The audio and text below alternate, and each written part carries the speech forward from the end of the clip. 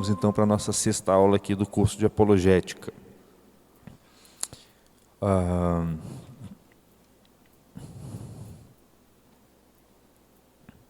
Eu não sei se todo mundo que está assistindo pelo YouTube está sabendo, mas as aulas são abertas, presenciais, aqui na capelania, toda segunda-feira a partir das 8 horas. Então, quem quiser comparecer aqui, é muito melhor para vocês e para mim. Bem,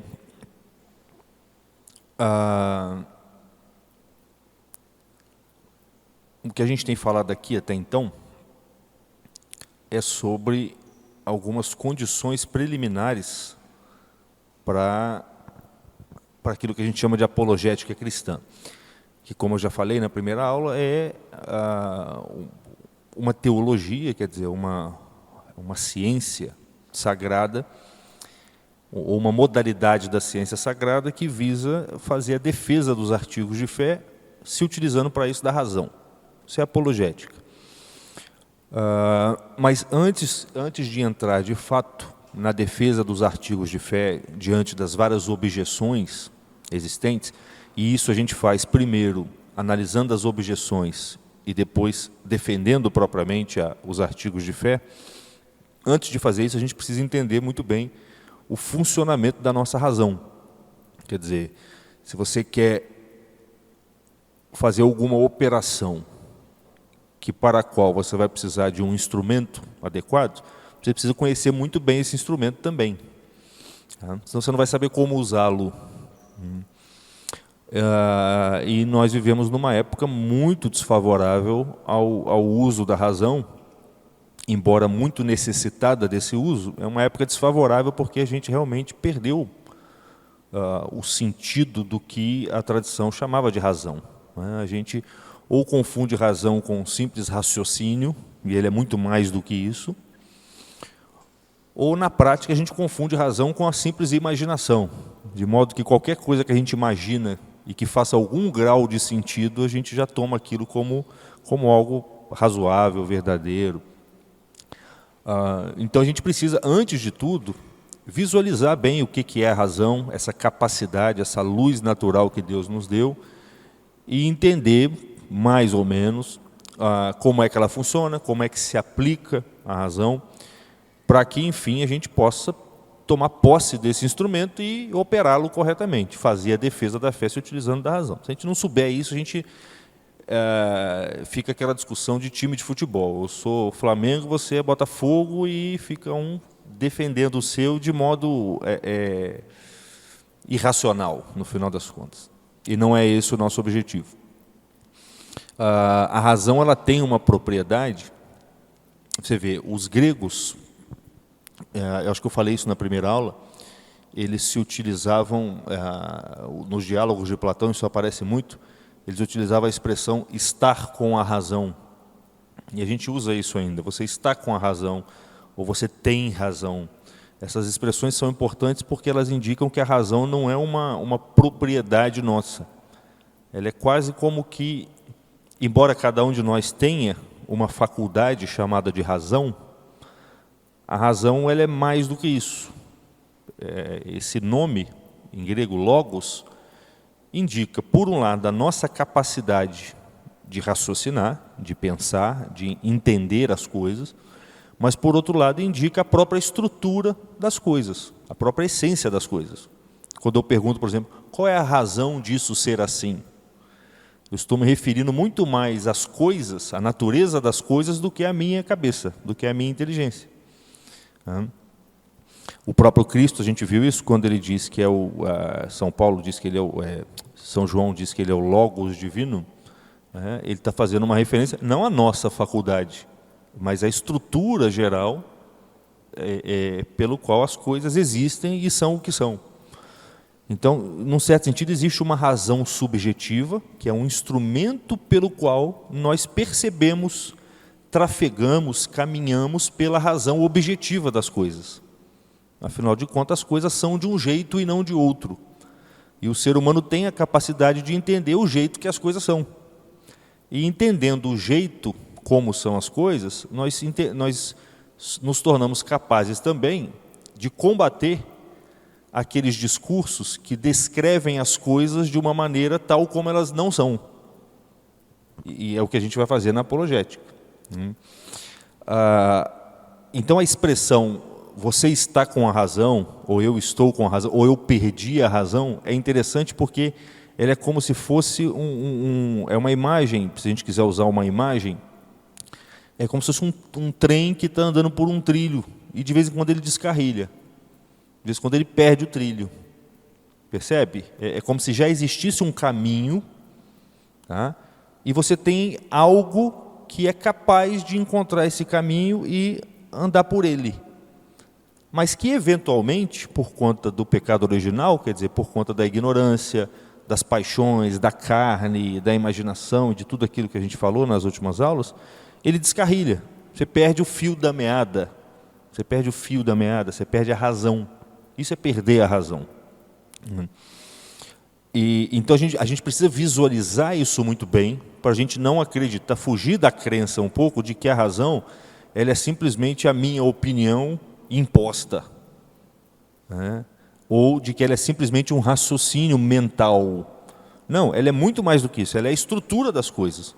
O que eu chamo de razão em mim é apenas a capacidade de me pôr de acordo com essa estrutura. Isso é a razão, né?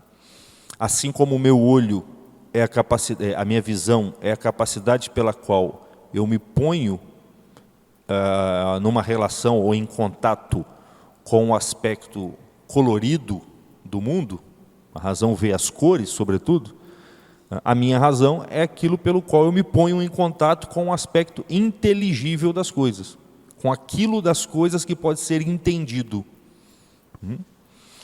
Se a gente entender muito bem isso e tomar posse disso, é ao mesmo tempo um alívio, porque você sabe assim, ó, as coisas são como são, não é culpa minha, tá? E se eu conseguir entender como elas são, assim, não é a minha opinião, eu não preciso ficar impondo isso sobre ninguém. A única coisa que eu tenho que fazer é tentar mostrar para o sujeito aquilo que eu vi. E como o sujeito para quem eu estou mostrando isso é da mesma espécie que eu, ou seja, como ele também é dotado dessa mesma capacidade, se eu observar bem o caminho que eu fiz e conseguir mostrar para ele com clareza esse caminho, se ele tiver de boa vontade, uma hora ele vai ver também. Ele vai concordar comigo. Quer dizer, o coração é um símbolo da razão, da inteligência. São dois corações que vão estar alinhados porque perceberam o mesmo objeto. Então nós concordamos, não porque nós preferimos a mesma coisa, mas porque nós vimos a mesma coisa. E essa coisa que nós vimos, que é a estrutura das coisas, né? A verdade das coisas, ela tem uma força impositiva. Ela se impõe para nós. Quer dizer, 2 mais 2 são 4. E não tem nada que eu possa fazer contra isso, a não ser me curvar diante disso. E é bom que seja assim, porque quando eu me curvo diante disso, eu passo a viver de acordo com o que as coisas são. Isso é melhor para mim. Quer dizer, a gente pode se revoltar contra o patrão, contra o, sei lá, contra o pai e tal. Eventualmente isso é possível, porque às vezes o pai não está com a razão, às vezes o patrão não está com a razão. Embora a gente deva respeitá-lo, nós temos todo o direito de falar, ó, não é bem por aí. Agora, eu não posso me revoltar contra a razão das coisas, contra a verdade. Isso é irracional, porque isso é você querer andar fora do trilho. Pô. Quer dizer, tem um caminho para você chegar até lá.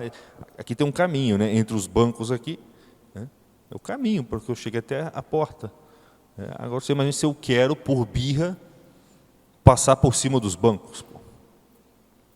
Não faz sentido? E no fundo ninguém quer isso. No fundo ninguém quer isso. Né? Então, existe um alívio em você compreender a razão das coisas, porque você se liberta daquele impulso de querer impor a sua opinião, né? E você adquire uma certa esperança. Por quê? Porque o sujeito com quem eu estou falando também é dotado de razão. E se eu vi isso, E se isso tem uma força impositiva por si só, se eu conseguir fazer ele ver isso, a coisa vai chegar nele. Tem um aspecto de graça na razão, assim, o Espírito Santo age nesse negócio, porque você se curva. E é bonito você ver quando as pessoas, por exemplo, se convertem e falam, não, mas agora eu vi um negócio. Onde que eu estava com a cabeça? Eu não tinha visto, agora eu entendi que tudo aquilo que eu pensava era besteira, não tinha nada a ver. Você vê que tem uma naturalidade. É diferente de quando o sujeito muda de uma ideologia para outra. Quando ele muda de uma ideologia para outra, é porque algum afeto dentro dele mudou, algum interesse se deslocou. Você vê quando um político, sei lá, um militante desse muda de um partido para o outro, no geral é porque assim, não, esse partido não atendeu os meus interesses, alguma coisa assim, então eu vou procurar um que atenda aos meus interesses. A qualidade desse movimento, dessa mudança, é diferente da qualidade do sujeito que se converteu com sinceridade.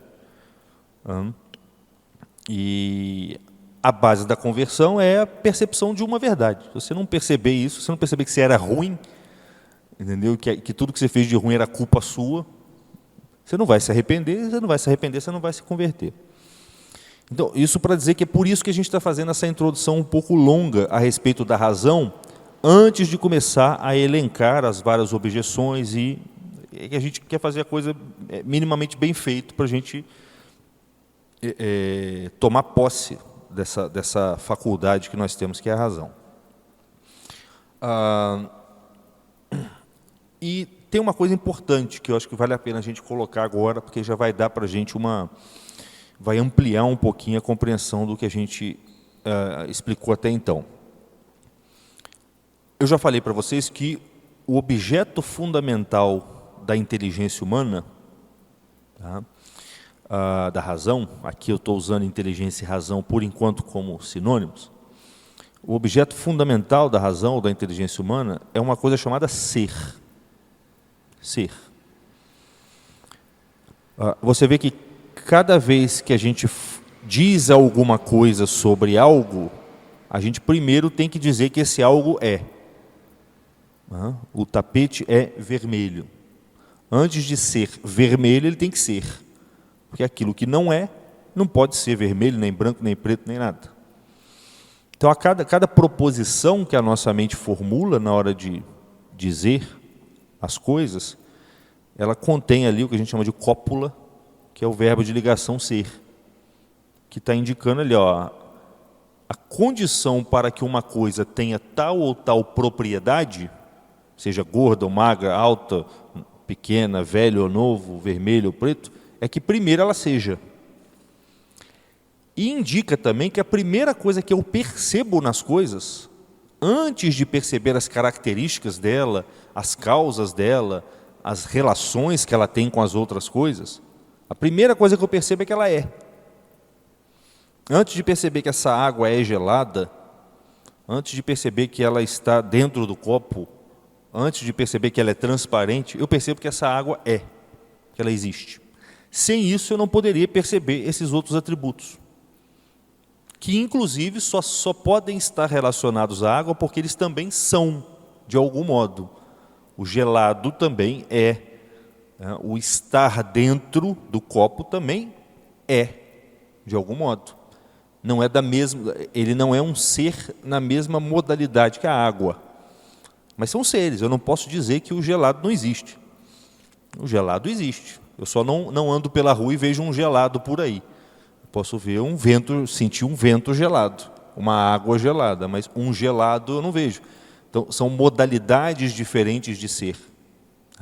Mas antes de eu perceber as modalidades de ser, primeiro eu percebo que as coisas são. E a gente não...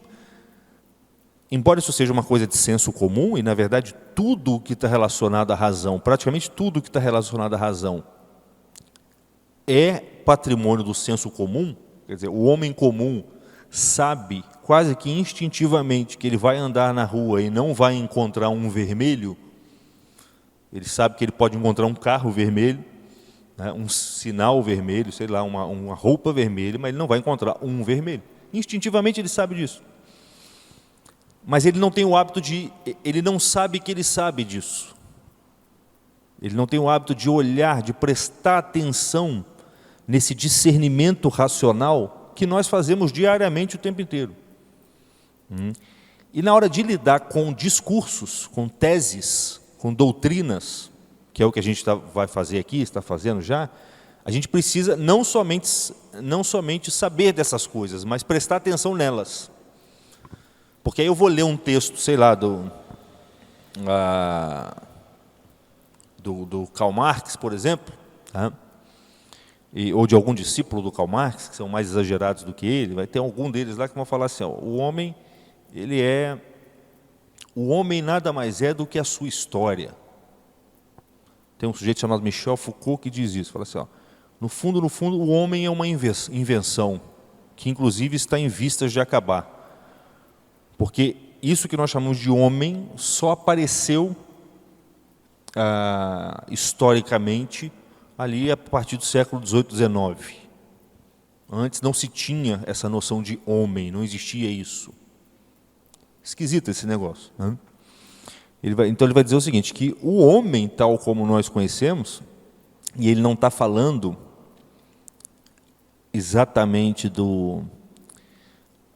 vamos dizer assim, ele não está falando dos hábitos do homem moderno. Os hábitos do homem moderno nós sabemos que não existiam na Idade Média e que passaram a existir a partir do século XVIII, XIX. Ele está falando do homem enquanto sujeito.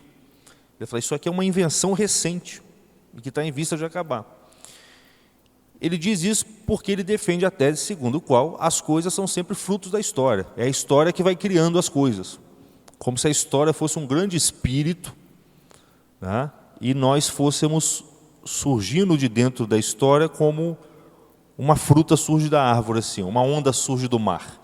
Então, vocês imaginam o mar, de vez em quando a onda aparece e volta para o mar. Então ele imagina os indivíduos como surgindo da história assim. O grande sujeito, na verdade, seria a história. Nós somos pequenas ilusões que vão surgindo aos poucos dentro desse mar, que seria a história. Se você está habituado com a razão, com as distinções que nós fazemos diariamente, porque diariamente ninguém acredita nisso, diariamente todo mundo sabe que é um indivíduo, um sujeito, pô, não vem me dizer que eu fui criado pela minha história, porque ninguém acredita nisso. Se a gente está acostumado com esse funcionamento da razão, aprende a olhar essas coisas com clareza, toma posse disso, a gente vai perceber imediatamente que o que ele está falando seria mais ou menos assim, você está com a blusa vermelha. E o que ele está dizendo, no fundo, é mais ou menos assim.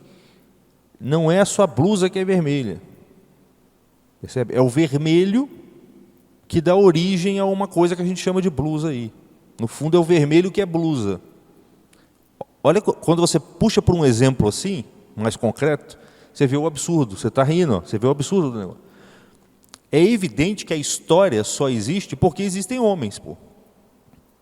A história é um atributo dos homens. É como o gelado, é um atributo da água. A história é um atributo dos homens. Se não tem homem, não tem história, pô. Aí depois de um tempo, a coisa vai se refinando, entre aspas, se sofisticando de tal modo que chega um sujeito e fala assim, não, na verdade só existe história e o homem é fruto da história. Tá, ninguém acredita nisso no cotidiano, nem o próprio autor desse negócio, porque ele assinava os livros dele com o nome dele, e não com o período histórico, né? Não assim, história. Ele assinava com o nome dele, o livro dele. Então ele sabia disso. Mas academicamente, quando você entra no mundo das discussões, é como se você esquecesse um pouco o senso comum, o mundo real, e começasse a entrar nesse mundo da imaginação, das especulações meio que livres, que são como que ideias descarrilhadas. O que é isso no fundo? É uma ideia que descarrilhou. Por quê? Porque, num certo sentido, tem coisas em nós que são frutos da história. Pô. A língua que eu estou falando aqui, ela é uma língua histórica. Eu nasci numa determinada época aqui, dependendo da época que eu tivesse nascido aqui, a minha língua seria tupi, sei lá. Mas eu nasci numa época, a minha língua é português, não foi eu que escolhi isso. Então, tem algo de verdadeiro nisso. Tá? Mas a minha língua é uma propriedade do sujeito que eu sou. E enquanto propriedade, algumas propriedades podem ser modificadas, outras não. Algumas são históricas, como a própria língua. Tá? Mas aí quando o sujeito pega e diz que o próprio sujeito que eu sou é fruto da história, ele descarrilhou. Porque ele deixou de perceber uma coisa elementar. A linguagem só existe enquanto atributo de um sujeito. Percebe? A história só existe como atributo de um sujeito. Assim como o gelado só existe como atributo de um sujeito que é gelado. Ele perdeu isso, por alguma razão. Dá para sondar também por que acontecem essas coisas. Não? Esses caras não eram loucos. Eles não eram loucos. Mas acontece alguma coisa que, no mundo acadêmico, no mundo universitário, essa ruptura com o mundo real começa a acontecer a partir da modernidade, principalmente. A partir da modernidade, dentro das universidades, começa-se a viver intelectualmente num mundo que não é mais um mundo real. E por isso que é de dentro das universidades que surgem essas ideias. Estava vendo um programa de pedagogia agora, que uma conhecida está fazendo uma pós-graduação em pedagogia, e o programa do curso é todo voltado para a ideia de que o aluno tem que escolher o que ele vai aprender, o aluno tem que determinar o momento em que ele está preparado para fazer a prova, o professor tem que deixar os alunos determinarem a metodologia, e o professor vai ser simplesmente um facilitador, e nas palavras do texto, que tem que ter a virtude de tolerar o caos em sala de aula. Qualquer sujeito normal que tem uma família, que tem um filho, que gerenciou um sebo que vende livro usado, sabe que se você fizer um negócio desse, a tendência é o negócio acabar. Se você fizer isso dentro de casa, daqui a pouco seu filho vai estar mandando na sua casa. E o seu filho mandando na sua casa significa o fim da sua casa. É claro, qualquer um sabe disso. No entanto, essa não é a ideia de um Zé Mané qualquer, essa ideia é a ideia de teóricos importantes da pedagogia contemporânea. E os pedagogos estão nas universidades aprendendo esse negócio e já estão começando a aplicar em sala de aula. Aí depois ninguém entende por que aluno está batendo em professor, está atirando, entrando em sala para atirar, para fazer essas coisas todas.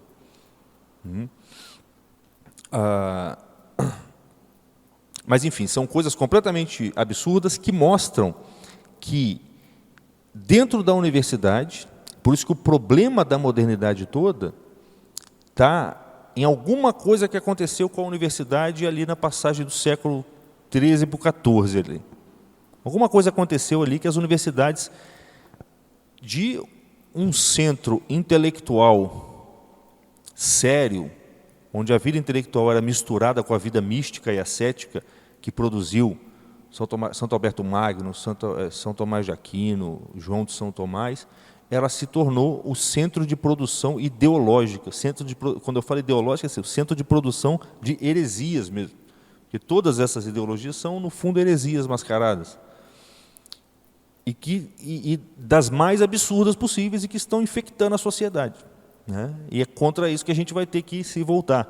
E se essas heresias todas, no fundo, são ideias que perderam o trilho em algum momento, o que a gente tem que aprender? Primeiro, a reconhecer o trilho. Se a gente também não souber reconhecer muito bem o trilho e colocar o nosso pensamento de acordo com esse trilho, a gente não consegue julgar essas ideias. Uma das determinações ali do Concílio Vaticano II, determinação em termos, mas uma das sugestões que aparece ali, é que a nossa sociedade ela precisa cada vez mais de homens sábios. Não se diz ali homens santos. E isso em teologia existe essa distinção.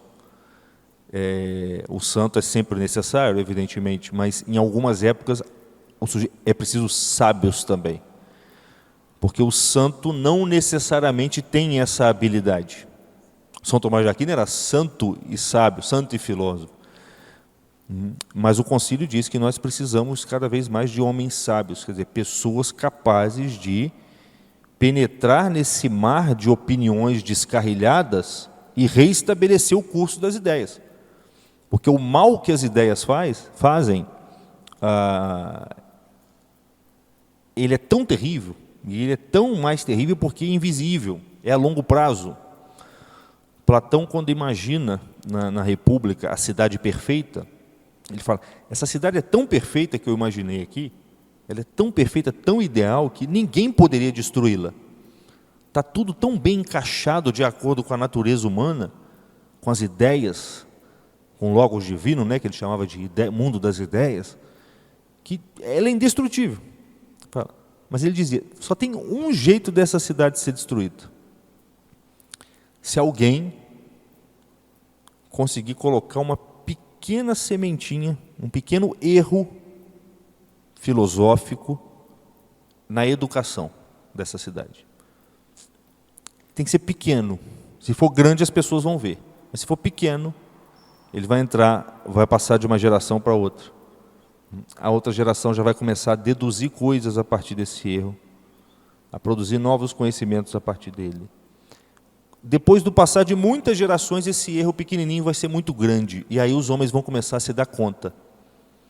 Só que aí vai ser tarde demais para eles conseguirem reverter a situação.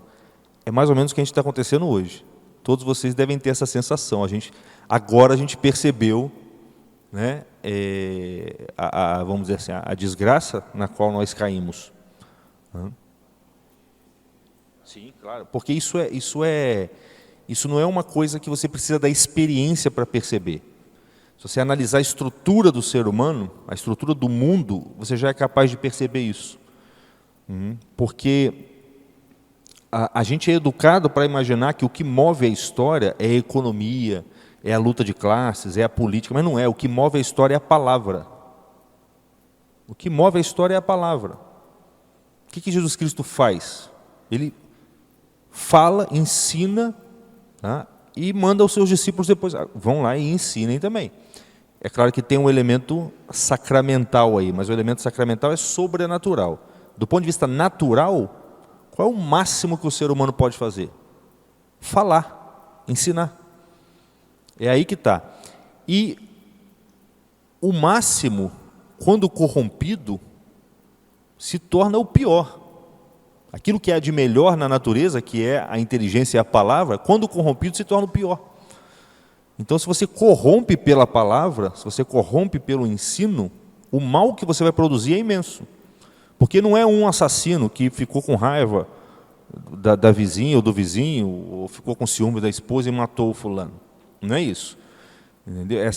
São genocídios que vão ser produzidos por conta de uma visão de mundo que vai te dar a impressão de que o juízo final tem que ser feito na terra, porque o paraíso tem que ser alcançado na terra, e o grande juiz disso, a vanguarda desse paraíso é você.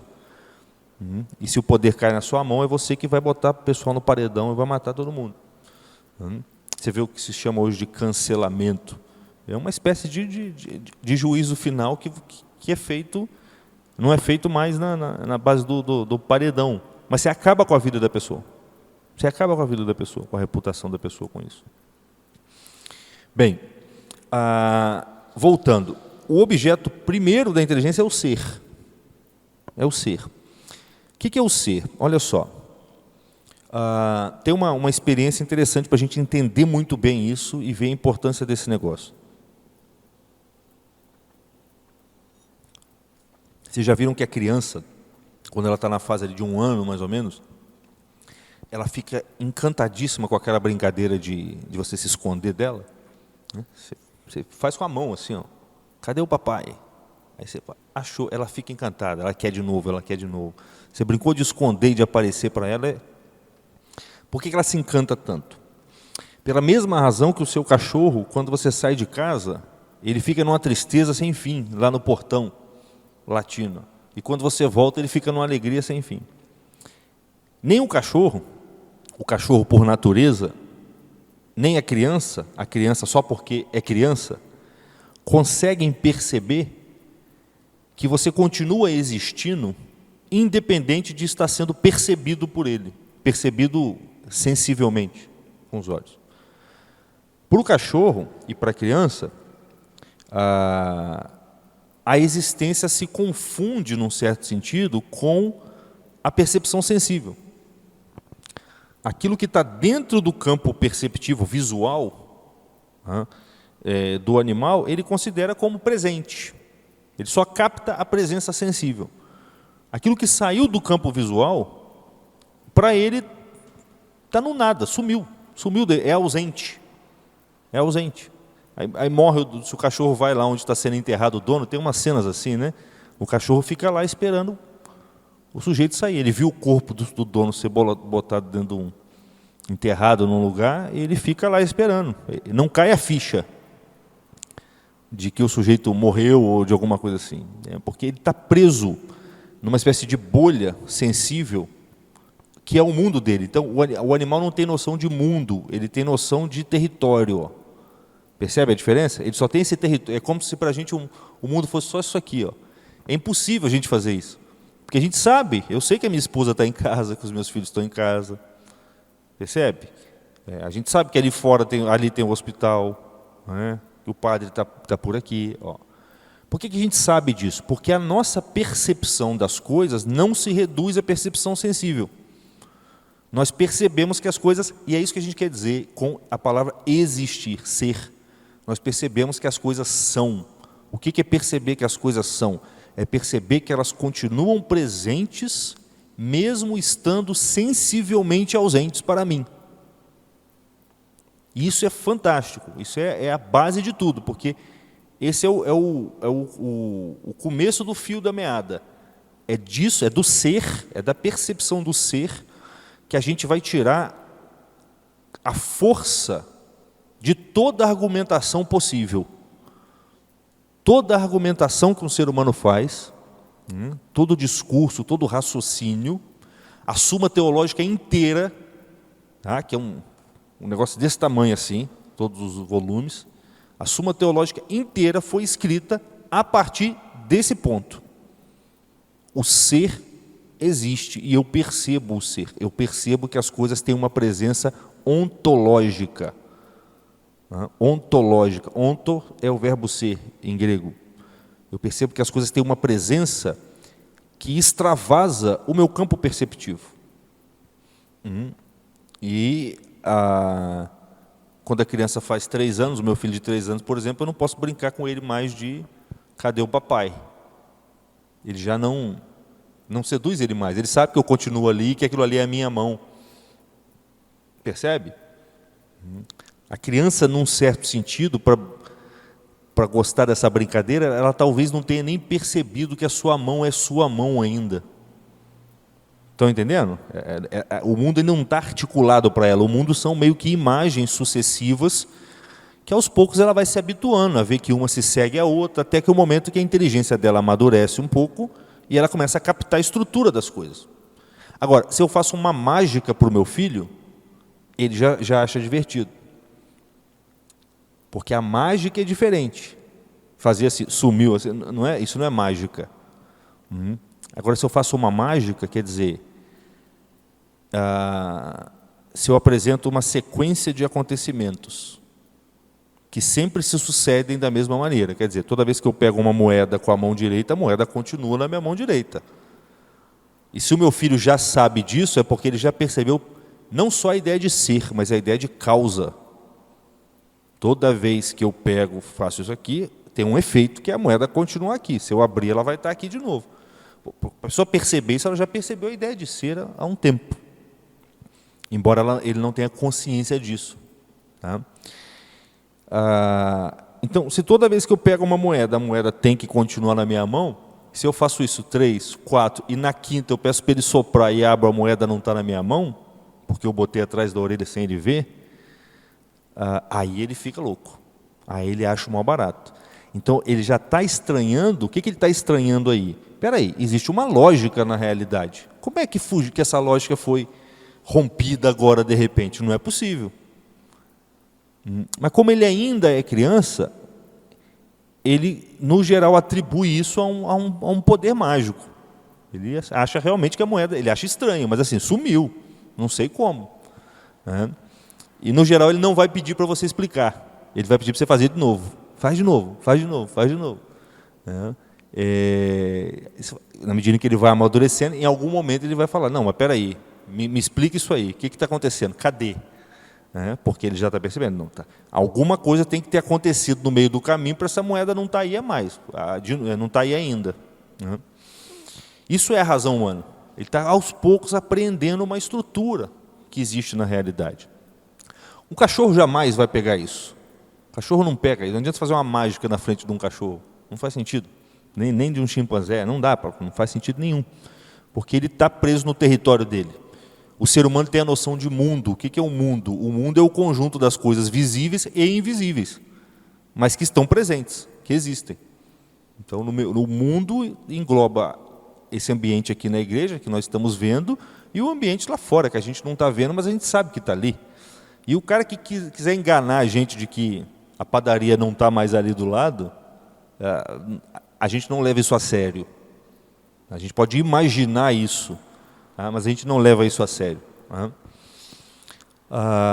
Bem, dessa percepção, então isso é o ser, tá? Perceber o ser de algo, perceber que algo existe, é perceber que aquele algo está presente, mesmo se ele estiver sensivelmente ausente. Sensivelmente ausente quer dizer, ele estiver fora do meu campo visual. Tá?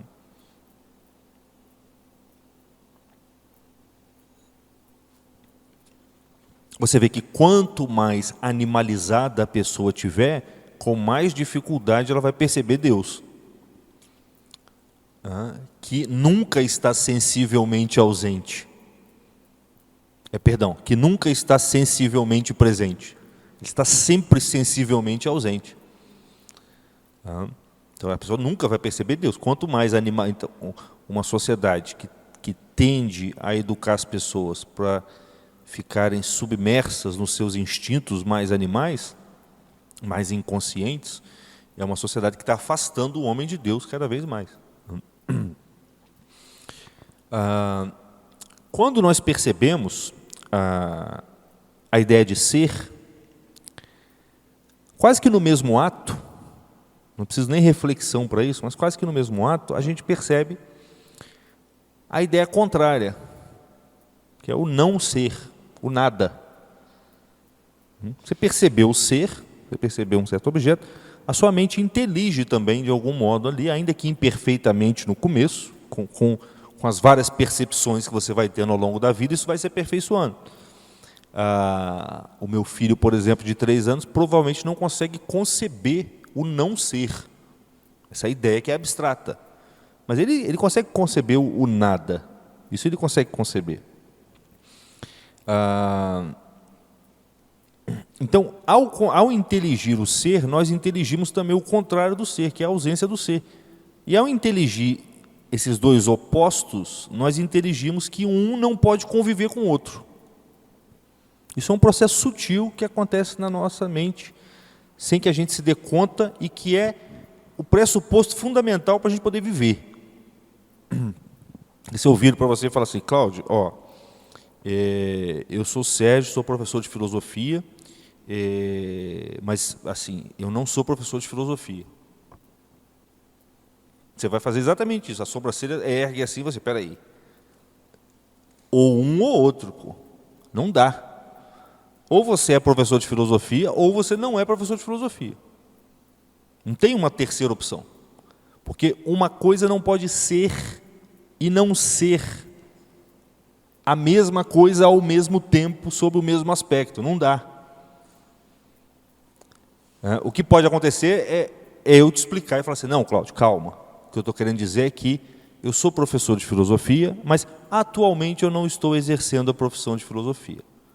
Melhorou, mas melhorou por quê? Porque eu te mostrei que não é sob o mesmo aspecto que eu sou e não sou professor de filosofia. É sob aspectos diferentes. E isso é possível. Certo? Isso é possível.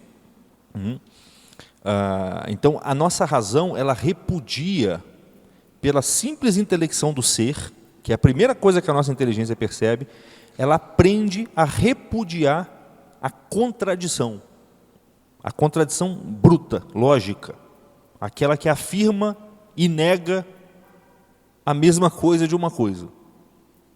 Eu sou e não sou ao mesmo tempo. Eu sou o Sérgio e não sou o Sérgio ao mesmo tempo.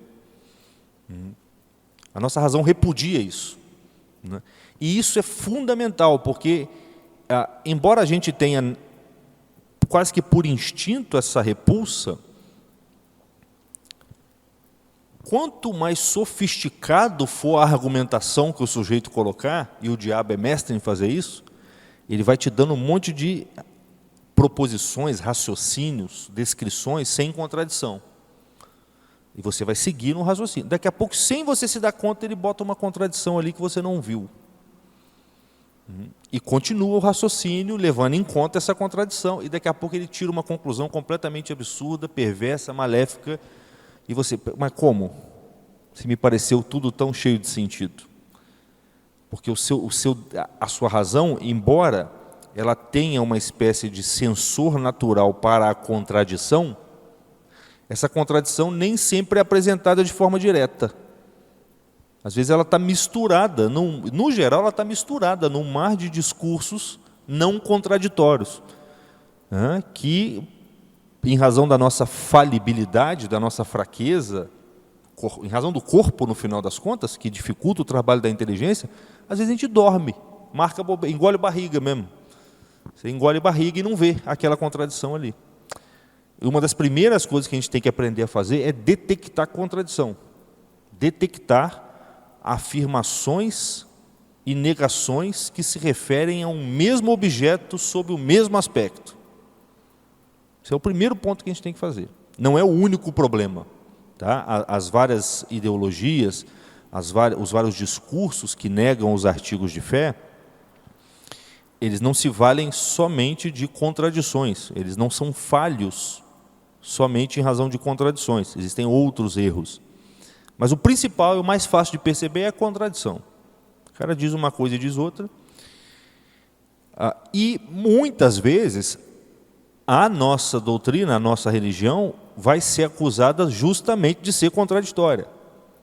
E a gente vai ter que mostrar o quê? A gente vai ter que ter a habilidade de mostrar que não, peraí, não é uma contradição, porque essa afirmação e essa negação se referem a aspectos diferentes do mesmo objeto. Um caso, dois casos conhecidos, que é como é que um sujeito pode ser homem e Deus ao mesmo tempo. Complicado isso, não dá. Você vai ter que mostrar. Aí é a chamada união hipostática. Você vai ter que explicar para o sujeito. Não, peraí, ó, existe ali a natureza humana, a natureza divina, mas a pessoa é divina, existe uma união. Aí tem toda uma argumentação racional que você vai dar, pelo menos para mostrar para o sujeito que isso não é irracional.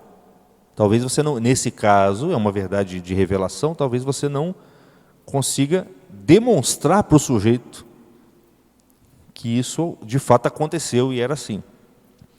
Mas mostrar que aquilo não fere as regras elementares da razão, você tem que ser capaz e tem que ser possível.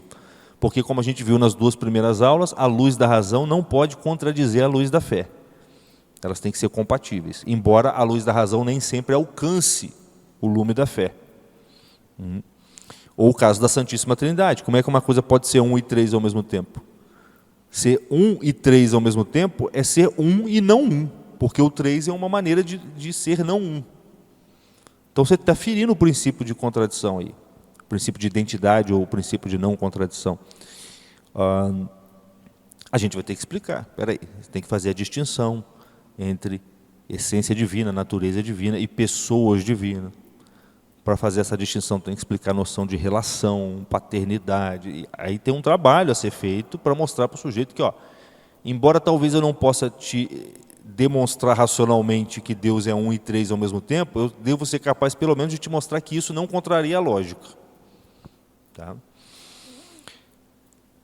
Bem, essa percepção de que uma coisa tem que ser necessariamente ela mesma, e não pode ser a negação dela mesma, tá? A gente chama de princípio de identidade. É o primeiro princípio da lógica, princípio de identidade. Uma coisa é sempre igual a ela mesma. Tá? Ah, mas Sérgio, você é sempre igual a você mesmo? Como assim? Antes você não era católico, agora você é católico. Antes do batizado você não era católico, depois do batizado você virou católico. Então você não é sempre você mesmo. Espera aí. Aí é a diferença de aspectos. Era o mesmo Sérgio, não era? Que não era católico e que é católico, e que se tornou católico. Era o mesmo Sérgio. Então, sob esse aspecto, eu sou o mesmo. Eu não mudo. Tá? Sob esse aspecto, eu sou o mesmo. Agora, alguns atributos da minha pessoa podem mudar. Durante uma época, a minha alma não tinha nela as virtudes teologais infundidas. A partir do momento em que eu fui batizado, ela adquiriu as virtudes teologais infundidas. Então, quer dizer, enquanto sujeito eu continuo o mesmo, mas algumas propriedades minhas mudaram, porque foram acrescentadas 3 virtudes aí no momento do batismo. E isso quer dizer que eu me tornei católico. Então, você esclarece o negócio. Então, não é,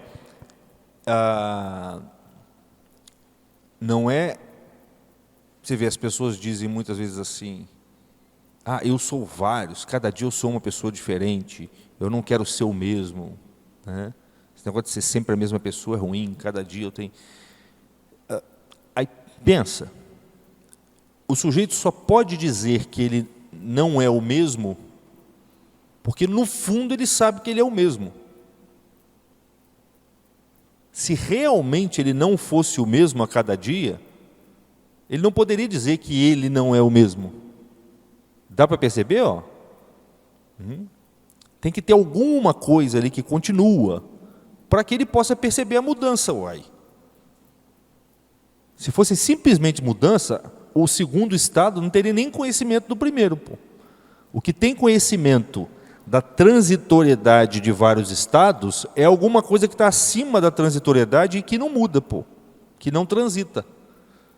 Percebe? Se eu acordasse amanhã e eu fosse outra pessoa realmente, eu não ia poder dizer que eu mudei, que eu me tornei outra pessoa.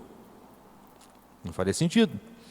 Então, todas essas distinções que eu estou fazendo aqui dependem da percepção clara do princípio de identidade. Se você medita nisso, e a gente vai ter que fazer isso, meditar nisso, treinar isso, ao estar lendo uma coisa, a estar ouvindo as pessoas. É claro que no dia a dia a gente se contradiz para criar uma força de expressão, então a gente tem que tomar cuidado para não ficar chato também, porque às vezes o cara está só querendo dizer, está só querendo fazer um jogo de linguagem, você não vai ficar, igual tem um amigo meu que você sai para tomar um vinho com ele, fala, passa a garrafa de vinho para mim, ele, mas que garrafa de vinho? Quem disse que isso é uma garrafa de vinho? O que é ser uma garrafa de vinho? Aí você vira um chato. Então tem que saber o momento certo de aplicar isso, que é o momento de analisar essas teorias. Um segundo princípio deriva desse, que é o que a gente chama de princípio de não contradição. O primeiro princípio é o princípio de identidade. Uma coisa é sempre ela mesma. Desse princípio, a gente deduz um segundo, que chama princípio de não contradição. E como é que esse princípio é enunciado? O princípio de não contradição é o seguinte: uma coisa não pode ser algo e ser o contrário desse algo, a negação desse algo ao mesmo tempo. Sim. Então, princípio de identidade. Uma coisa é sempre ela mesma.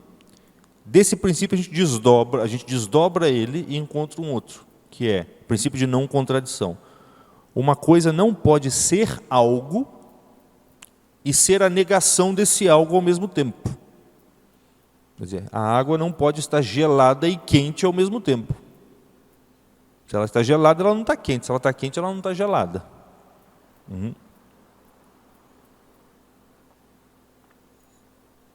Esse é o princípio de não contradição.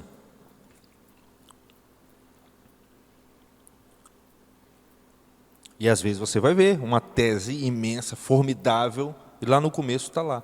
O cara feriu o princípio de não contradição. Ele afirmou uma coisa e daqui a pouco ele negou essa coisa. E tudo na tese dele depende disso, e ninguém percebeu. E desdobrando esse princípio, a gente encontra um terceiro, que é o terceiro princípio fundamental da lógica, que é chamado de princípio do terceiro excluído. Princípio do terceiro excluído. Isso é um conhecimento elementar que a gente acha na internet assim, rapidinho. Princípio do terceiro excluído. O que esse princípio diz? O princípio do terceiro excluído diz o seguinte: ou uma coisa é algo,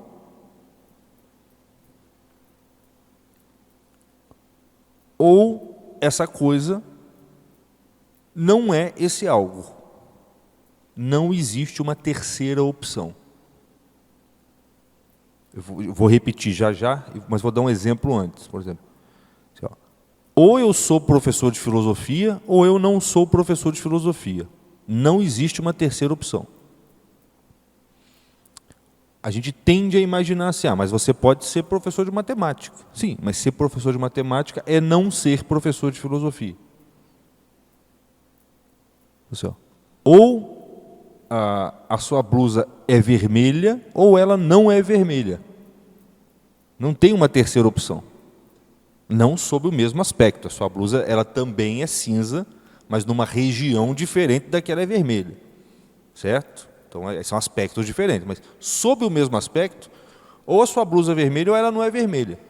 Se ela for azul, se ela for verde, se ela for rosa, se ela for preta, se ela for transparente, ela não é vermelha. Percebe? Não tem uma terceira opção.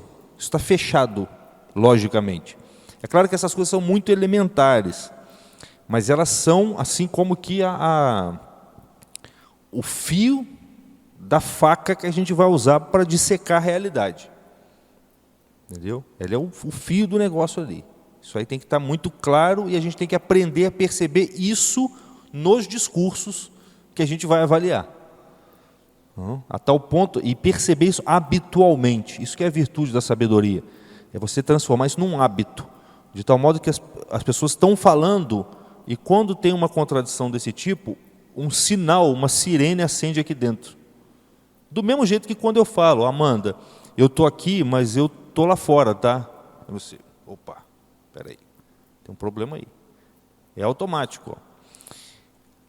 Só que se eu começar a descrever a teoria do Freud aqui, do inconsciente, se eu fizer isso muito bem, daqui a pouco você sai daqui freudiana. Entendeu? Porque dentro do discurso, tá, é difícil, a gente dorme e esse sinal não aciona. Então a gente tem que aprender, é isso. Usar usar a nossa razão de tal modo que quando ela for ferida no seu coração, um sinal apareça dentro da nossa mente. E isso vai ser fundamental, tanto para a gente perceber contradições nos ataques aos artigos de fé, quanto para a gente dissipar os erros daqueles que acham que há contradições nos artigos da nossa fé. Porque às vezes são eles que vão dizer que a nossa fé está ferindo o princípio da não contradição, ou o princípio do terceiro excluído, ou o princípio da identidade. E a gente vai ter que saber mostrar que não. Como se eu dissesse, na hora que eu falei que a sua blusa é vermelha, a sua filha botou a mão na parte cinza. Percebe? Então, peraí, é vermelho, mas é cinza também. Aí você tem que saber defender. Peraí, não, sim, mas ela é vermelha na manga e é cinza na parte do ombro. Sob aspectos diferentes, uma coisa pode ter características diferentes, não tem problema. Ela pode ser vermelha na manga e não vermelha no ombro. Ela não pode ser vermelha e não vermelha na manga. Aí não dá. Certo? Então, esses são 3 princípios fundamentais. E só para dar um exemplo, para a gente encerrar, você vê aquela coisa do relativismo, que é uma coisa tão boba que o fato das pessoas acreditarem nisso hoje só mostra que a situação está muito degradada mesmo. Quando o sujeito fala assim, ó, toda verdade é relativa. Quer dizer, tudo é ponto de vista, não existe verdade absoluta. Ora, se tudo é ponto de vista, se não existe verdade absoluta, se tudo, eu sei o que quer dizer tudo, né? Tudo é tudo, né? Então, inclusive, isso que você está dizendo também é uma verdade relativa, é só um ponto de vista.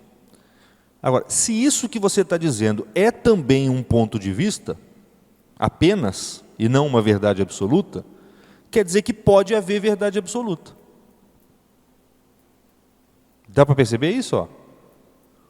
Tudo é ponto de vista, tudo é opinião, não existe verdade. Aí tá, você fala, tá, então isso que você está dizendo também é só uma opinião, não é verdade, né? Tá, então se isso que você está dizendo é só o seu ponto de vista, é só o seu ponto de vista, pode existir uma verdade então, por que não? Dá para perceber isso? A gente só percebe isso por conta do princípio de identidade. A gente só percebe isso por conta da percepção do ser. Porque no momento em que você diz tudo é relativo, tudo quer dizer o quê? Tudo aquilo que existe, em termos de opiniões, de discurso, é relativo. Então, quer dizer, e a pessoa, ao dizer isso, ela está emitindo um discurso. Então, você, olha, então isso aqui faz parte. Né? Isso aqui existe, tá? E se você está dizendo que tudo que existe tem esse atributo, isso aqui tem que ter esse atributo também. Só que isso aqui, se isso aqui tem esse atributo também, quer dizer, se o que você está falando também é relativo, o que você está falando só vale para você nesse momento aí. Eu não preciso concordar com isso. Então eu posso continuar tranquilamente defendendo a ideia de que existe uma verdade. No fundo, exatamente, no fundo, o que ele está querendo dizer? No fundo, qual que é a manobra aí? O que está psicologicamente, o que está por trás disso? A gente já falou isso aqui em uma outra aula. No fundo, ele está querendo dizer que tudo o que não é aquilo que ele está dizendo é relativo. Quer dizer, tudo é relativo, menos isso que eu estou dizendo. O impulso que está por trás ali é isso. Só que ele não pode anunciar a coisa desse jeito. Percebe? Ele não pode anunciar a coisa desse jeito. Então ele anuncia de modo geral, tudo é relativo e conta com a sua incapacidade de perceber a contradição que está no discurso dele. Ele conta com a sua incapacidade de perceber isso. No momento em que você percebe, e você fala isso para ele, geralmente o sujeito vai ficar... Se ele for um sujeito coração aberto, ele está acreditando naquilo mesmo porque pareceu para ele fazer sentido, aí ele vai, é mesmo, que coisa, eu não tinha percebido isso. Mas se for aí a militância, o pessoal que já está obstinado, ele vai ficar brabo. Ele vai ficar bravo. Né? Tanto mais se você simplesmente virar, o cara falou um negócio desse, você pega e fala assim, isso aí que você está falando é só a sua opinião, pô. Deixa eu... Tchau. Se você desqualifica, entendeu? Você desqualifica, aí ele fica mais brabo ainda. Mas eu estou falando isso para que a gente tenha um exemplo claro de que tudo em argumentação gira em torno da percepção do ser e de tudo mais que a gente pode ir desdobrando a partir dessa percepção inicial. Perceber que algo existe, perceber o ser, é perceber, num certo sentido, que aquilo que é aquilo que é, e não tem outro jeito. E que dizer que aquilo que é o contrário do que ele é uma contradição que repudia a nossa inteligência. E tudo mais deriva disso. É claro que a gente vai... Por que eu estou dando essa aula aqui? E eu vou encerrar agora. Porque a minha ideia é, a cada objeção que a gente for analisar aqui, objeção à nossa fé, das várias objeções que nós formos analisar, em cada uma delas, eu vou tentar puxar o problema dela, a contradição dela, desse fio da meada, desse primeiro ponto, que é o eixo em torno do qual a razão gira, que é o princípio de identidade, que é a percepção ontológica, quer dizer, a percepção da existência de algo, da existência objetiva de algo, fora da minha mente, e que independe da minha percepção sensível daquilo.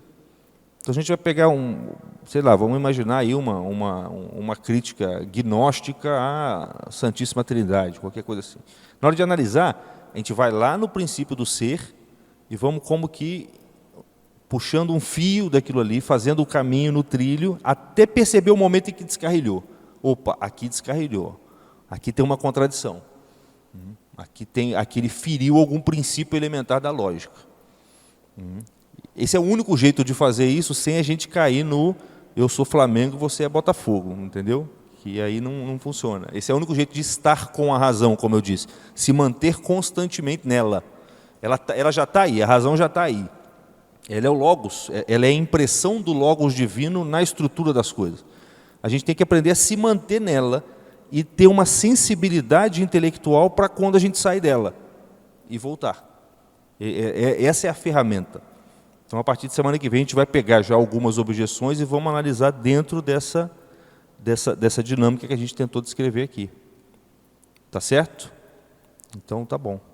Obrigado pela presença. Se quiserem falar alguma coisa, Padre Edilson. Quem destrinchou isso de forma analítica e colocou isso em texto foi Aristóteles. O primeiro que fez isso foi Aristóteles. Tá? O São Tomás de Aquino foi aquele que fez que fez o trabalho apologético mais completo. O que o Aristóteles fez com a estrutura da realidade, com a natureza, São Tomás de Aquino fez com as verdades reveladas e as colocou em consonância com a estrutura da natureza, do ponto de vista do discurso, né? Essa consonância já existe, né? Mas do ponto de vista do discurso, quem fez isso foi São Tomás. Então, assim, para quem quer... Platão, se você pegar os diálogos de Platão, ali você vai aprender o quê? A desenvolver essa sensibilidade.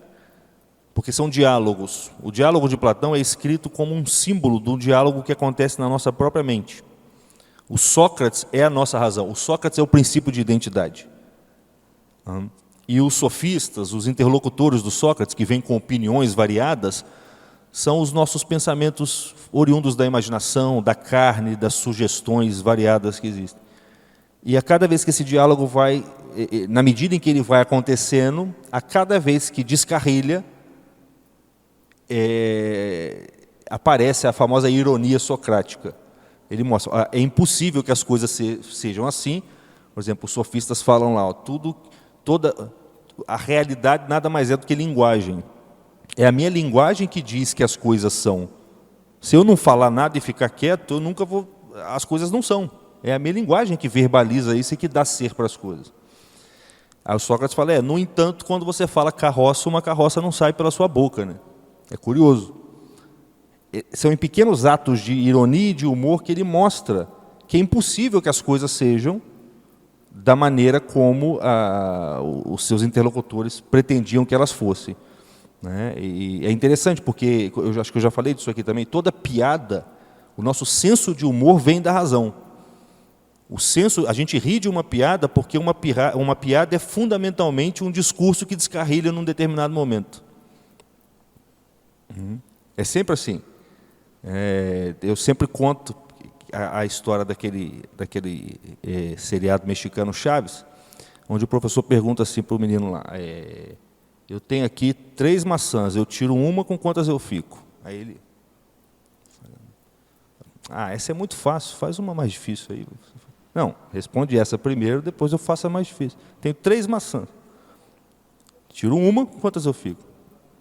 Isso é muito fácil, faz uma difícil. Aí fica nessa, uma hora o professor fica bravo e fala, não, responde essa. Tenho 3 maçãs, tiro uma, quanto que fica? Aí ele pensa, eu sabia sair, mas era com laranja. Com maçã eu não sei. Então, quer dizer, o que está acontecendo aí? O sujeito confundiu a forma matemática que estava encarnada nas frutas com a espécie de fruta. Percebe? É o contrário do que acontece quando a gente aprende. Primeiro a professora faz com maçã, depois ela faz com laranja, para você perceber que aquilo não acontece só com maçã, mas também com laranja. Depois ela faz com, sei lá, bolinha de papel, para você perceber que também não acontece só com frutas, mas também com objetos inanimados. Até que você captou a estrutura matemática, que não depende da matéria. Nesse exemplo, por que foi cômico? Porque o sujeito, no fundo, ele falou assim, as proporções matemáticas só acontecem diferentemente com bananas, com laranjas e com maçã. Se a gente não tivesse razão, e se a gente não soubesse usar as categorias da razão, naturalmente, instintivamente, a gente não reiria dessa piada. No entanto, quando a gente entra na universidade, o professor vai ensinar para a gente que isso só vale com laranja, que isso só vale com banana, e a gente engole isso. E isso é a raiz das ideologias, das heresias. É claro que sempre com um elemento de sofisticação, de sutileza próprio de gênios. Mas o sujeito ser genial não quer dizer exatamente que ele seja um sábio, né? Uma coisa que eu lembrei aqui, para encerrar, o Schelling, que era um filósofo alemão que no final da vida estava se aproximando cada vez mais de São Tomás de Aquino, ele dizia o seguinte: respeitem o princípio de identidade, porque no fundo ele é Deus. E se você pensar bem, é exatamente isso. O princípio de identidade é um reflexo da presença divina na estrutura da realidade, na estrutura da mente humana. É a própria unicidade, a própria presença absoluta do ser. E a nossa razão, ela capta isso, ainda que de uma maneira imperfeita e rarefeita, na estrutura das coisas. Então, se você se guia pela razão, você está se guiando por Deus. E é isso que fez com que os apologetas falassem: a fé não pode, a razão não pode contradizer a fé. No máximo, ela pode não conseguir alcançar o lume da fé, o que é até natural. Mas a contradição não pode existir entre essas duas coisas. Tá bom? Querem fazer pergunta? Não.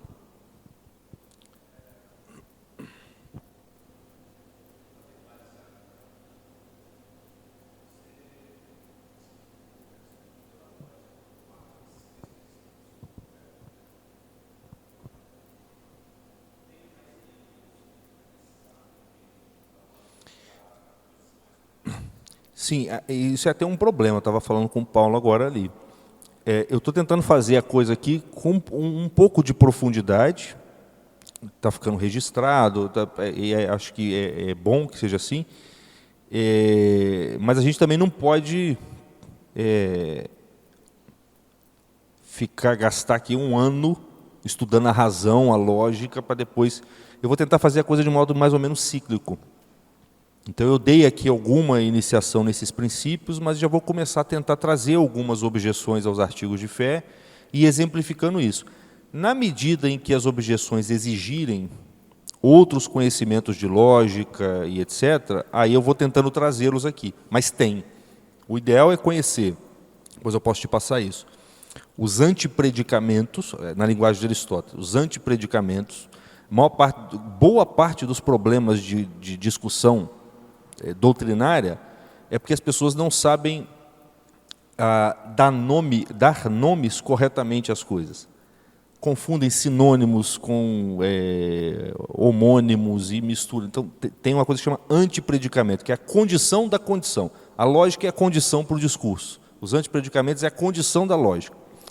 Depois tem os predicamentos, que é aprender a distinguir o gênero, espécie, indivíduo, né? Se aprender a discernir corretamente, o homem é um animal, o animal é uma substância, a substância é uma categoria suprema, etc. E tem as categorias. Se aprender, é aquilo que eu falei no início, a água é uma substância, ela é uma coisa no sentido pleno. Repare que quando eu falo água e falo gelado, a água parece mais coisa do que gelado.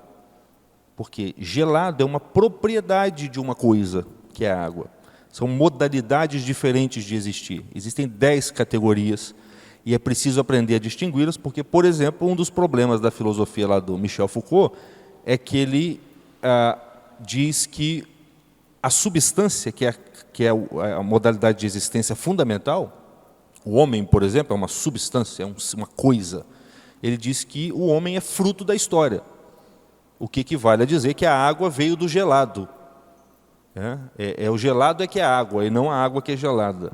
É uma confusão de categoria. Então, tem muita coisa que a gente precisa saber para se tornar um especialista nesse negócio, né? Mas a gente vamos pincelar, aí depois a gente dá bibliografia, quem quiser estudar isso a fundo aí é muito bom. Tá? Então, obrigado.